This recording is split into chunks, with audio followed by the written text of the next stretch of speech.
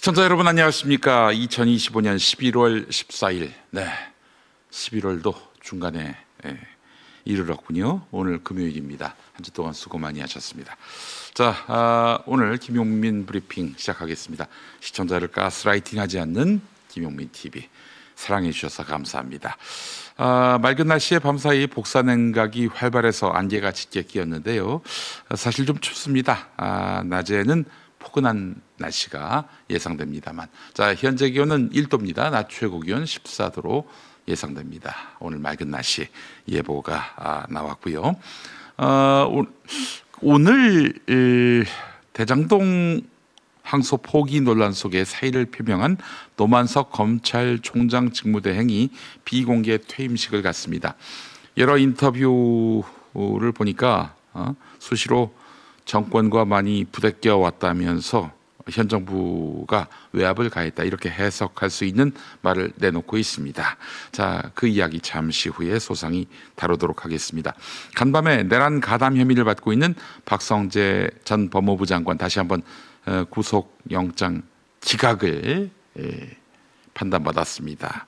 구속을 다시 한번 면하게 됐는데요. 자, 그리고 황교안 전 국무총리에 대한 구속영장도 기각됐습니다. 배후에 조희대가 보이죠? 네. 자, 오늘 윤석열 8차 공판이 있습니다.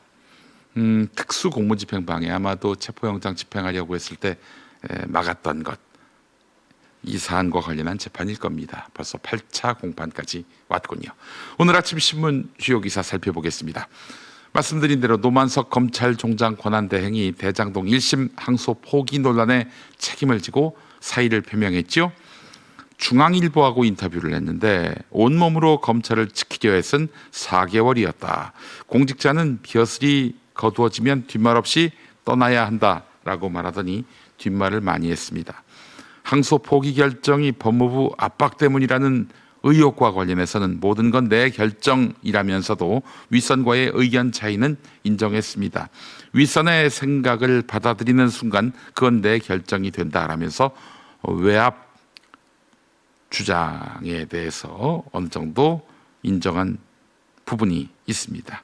후배 검사들의 사퇴 요구에 대해서는 조직의 울분을 내가 받겠다면서 아팠지만 조직을 위한 결단이었다, 이렇게 밝혔습니다. 정부 조직 개편으로 검찰청이 내년 10월에 폐지되고 수사와 기소가 분리되지요. 노만석 대행은 국민이 검사에게 수사를 요청할 권리조차 없는 것은 주권 시대가 아니다 라면서 현 정부의 검찰 개혁 방향에 아쉬움을 표했습니다. 자, 지금 노만석 얘기는 이래요. 검사 출신의 법무차관 이진수가 자신에게 항소를 포기하라 이랬다는 거지요. 자, 그러자 중앙지검장 정진우가 반발해서 사퇴합니다. 그리고 본인도 뒷말을 구시렁구시렁 대면서 그만두고요. 자, 검사 놈들끼리 짜고 치는 고스톱이다. 누가 이걸 부정할 수 있겠습니까? 검사 놈들끼리 짜고 친 고스톱. 네, 눈 뜨고 당하신 정성호 장관님, 검사 놈들 이제 믿지 마세요. 왜 믿으십니까? 정말 참 답답합니다. 믿을 놈들이 따로 있지. 자, 다음 소식입니다. 더불어민주당 법사위원 8명 가운데 6명이 검찰의 보완수사권 폐지에 찬성 입장을 밝혔습니다. 나머지 2명은 답변을 하지 않았는데 그 사람들 보니까 검사 출신이에요. 네.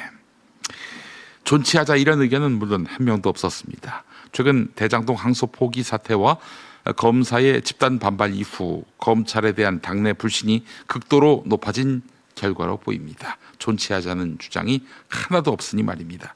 민주당 의원들은 법 위에 군림하는 정치검찰을 용납하지 않겠다라면서 보완 수사권은 절대 안 된다 라며 한 목소리를 냈습니다. 여당의 공세도 거세졌습니다. 정청래 대표는 검사들의 집단 항명은 국기문란이라면서 국정조사와 특검 추진을 예고했습니다. 반면 정부 검찰제도 개혁 추진단은 보완 수사권 논의는 아직 시작되지 않았다라면서 신중한 입장을 보였습니다. 정치권의 검찰 개혁 논의가 다시 급물살을 타고 있습니다. 자, 보안 수사권 안 된다 이 입장에 있어서 2명의 민주당 의원들 입장 표명을 하지 않았는데 그 둘 다 검사 출신이었다니 참으로 씁쓸하기 짝이 없습니다. 다음 소식입니다. 윤석열이 비상계엄을 선포하기 5개월 전에 해외 순방 중 군의 정치 개입을 암시하는 발언을 한 것으로 드러났습니다.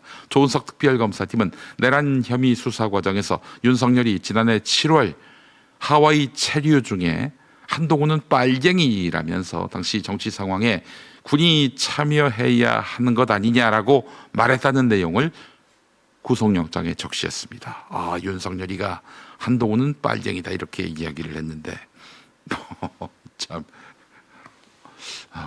어디서 어떻게까지 이 극우가 돼야 한동훈이 빨갱이로 보일까요? 자, 근데 함께 있었던 김용현 경호처장도 지냈고 나중에 국방부 장관도 지낸 사람 아니겠습니까? 여기에 동조했다고 합니다. 한동훈은 빨갱이다. 여기에 동조했다는 거예요. 당시 윤석열은 정치적 위기 속에 친위 쿠데타 가능성을 시사한 것으로 해석되는데요. 이후에 강호필 전 합참 차장이 귀국해서 신원식 당시 국방부 장관에게 상황을 보고했고 신 장관이 윤석열 측에 항의한 사실도 포함됐습니다. 특검은 또 비상계엄 해제 의결을 막은 혐의로 국민의힘 추경호 의원의 구속영장을 청구했습니다. 윤석열을 향한 내란 수사가 급물살을 타고 있습니다. 야, 이거 추경호도 영장 기각하는 거 아닌가요? 조희대의 사법부가 말입니다. 다음 소식입니다. 국민연금 고갈 위기가 가시화되고 있는 가운데 최근 5년 동안 정부가 국민연금 보험료에서 끌어다 쓴 연금공단 운영비가 2조 6천억 원에 달하는 것으로 드러났습니다. 국가가 책임져야 할 운영비를 가입자 보험료로 충당하면서 연금 재정 악화를 부추기고 있다는 지적입니다. 국회 보건복지위원회 자료에 따르면 2021년부터 올해까지 국민연금 기금에서 사용된 운영비는 2조 6,897억 원으로 이를 연평균 수익률 5.5%로 운용했다면 3조 5천억 원대로 불어날 수 있었다는 분석입니다. 운영비는 해마다 늘어서 내년엔 6천억 원을 넘을 전망이지만은 국고 지원은 15년째 연 100억 원 수준에 머물러서 전체의 2%에도 미치지 못합니다. 결국 국민이 낸 보험료로 정부의 행정 비용을 메우는 셈인데 국회 복지위는 내년도 지원액을 600억대로 증액했지만 예산 통과는 불투명한 상황입니다.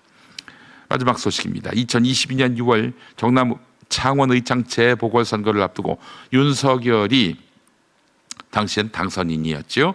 윤석열이 직접 국민의힘 공천 과정에 개입한 정황이 드러났습니다. 한겨레 보도에 따르면 당시 국민의힘 공천관리위원장이었던 윤상현이 윤석열의 전화를 받은 다음 날 회의에서 김영선을 단수 공천하자며 강하게 밀어붙였습니다. 속기록에는 윤상현이 여성 후보를 내야 한다라면서 김영선을 노골적으로 띄우는 발언이 여러 차례에 등장합니다. 다른 공관위원들이 창원과 연고가 없다. 시장 선거까지 망칠 수 있다 이러면서 반대했지만 윤상현은 오늘 끝내자면서 즉석 표결을 강행했습니다. 결국 김영선은 과반을 얻어서 후보로 확정됐고 실제 선거에서 당선됐습니다. 특검팀은 윤석열이 무상 여론조사를 도운 명태균으로부터 김영선 공천 청탁을 받고 이를 윤상현에게 지시한 것으로 의심하고 있습니다. 명태균 게이트 하나하나 사실로 드러나고 있습니다.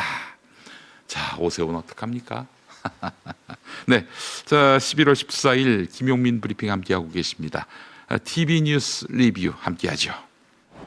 서울중앙지법이 박성재 전 법무부 장관에 대한 구속영장을 재차 기각했습니다. 여전히 혐의에 대한 다툼의 여지가 있다며 불구속 상태에서 충분한 방어 기회를 부여받을 필요가 있다고 기각 사유를 밝혔습니다. 증거인멸과 도망의 염려도 없다고 판단했습니다. 법원의 판단에 존중하고 감사드립니다.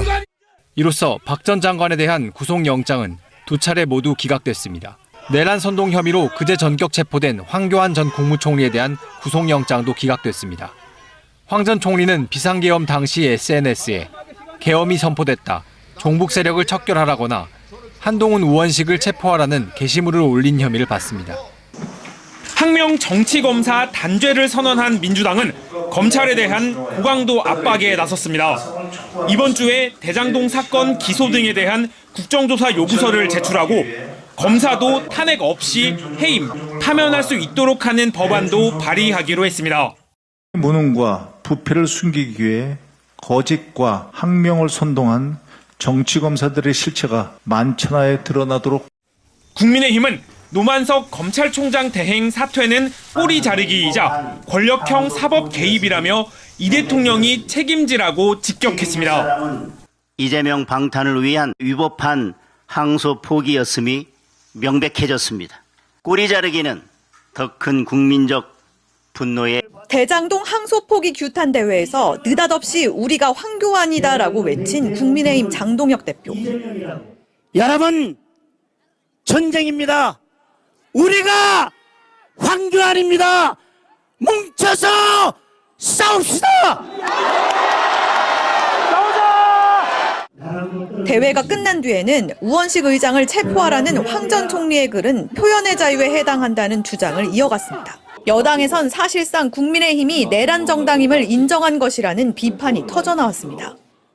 내란에 대한 반성과 성찰은 없이 국민의힘은 내란을 옹호하는 정당에서 아직도 탈피하지 못하고 있다는 생각을 했습니다. 어제 원달러 환율은 한때 1,475원까지 올랐습니다. 미중 무역 갈등이 심각했던 지난 4월 이후 7개월 만에 가장 높은 수준입니다. 달러를 사려는 사람이 우리 돈 수요보다 훨씬 많기 때문입니다. 대표적인 게 미국 주식에 투자하는 서학개미들. 서학개미들은 이달 들어 10여일 만에 미국 주식을 3조 원 넘게 사들였습니다. 올해 사들인 미국 주식은 40조 원에 육박하는데 반면 같은 기간 외국인은 우리나라 주식을 8천억 원 넘게 순매도했습니다. 우리나라 주식을 사러 외국인들이 들어오는 것보다 나가는 게 많죠. 요거는 환율의 상승 요인이 됩니다. 최장기간 이어졌던 미국 연방정부의 셧다운도 달러 강세를 부추겼고 여기에 관세 협상으로 앞으로 매년 미국에 투자해야 하는 200억 달러 부담도 환율 상승으로 이어지고 있습니다. 이재명 대통령은 정부가 바뀔 때마다 하락하는 잠재 성장률을 끌어올리는 게 대한민국의 최대 과제 가운데 하나라고 지적했습니다.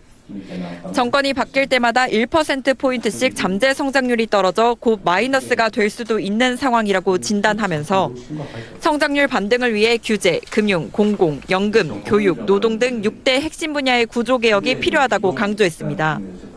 경제 회복이 불시각해진 지금이 바로 구조개혁의 적기라고 판단이 됩니다. 구조개혁을 통해서 잠재 성장률을 반드시 반등시켜야 됩니다. 개혁엔 저항과 고통이 따르지만 이겨내야 한다고도 말했습니다.